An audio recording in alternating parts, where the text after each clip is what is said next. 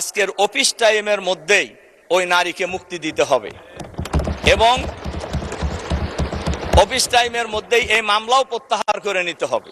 নাদিম নামে এক ব্যক্তি ফেসবুকে সরকারের কিছু পরামর্শও দিয়েছে, সমালোচনা করেছে। সেই সমালোচনা বিএনপি জামাত উভয়কেই করেছে এবং তার এই ফেসবুকের স্ট্যাটাসের দিয়েছে, কি বলে, শেয়ার দিয়েছে একজন সাউদা সুমি নামে এক নারী।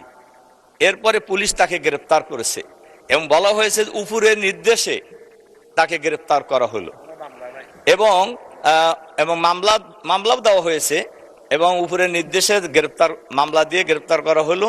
আমার প্রশ্ন হলো, এমনি সমালোচনার মধ্যে ছিল তেলটাকে সে বেশি গুরুত্ব দিয়েছে। তো আমার প্রশ্ন হলো, উপরের নির্দেশ বলতে কাকে ওনারা বুঝিয়েছেন এটা আমি জানতে চাই। আর এর সাথে সাথে আমি মাননীয় স্পিকারের মাধ্যমে সরকারের কাছে আহ্বান জানাতে চাই, আজকের অফিস টাইমের মধ্যেই ওই নারীকে মুক্তি দিতে হবে।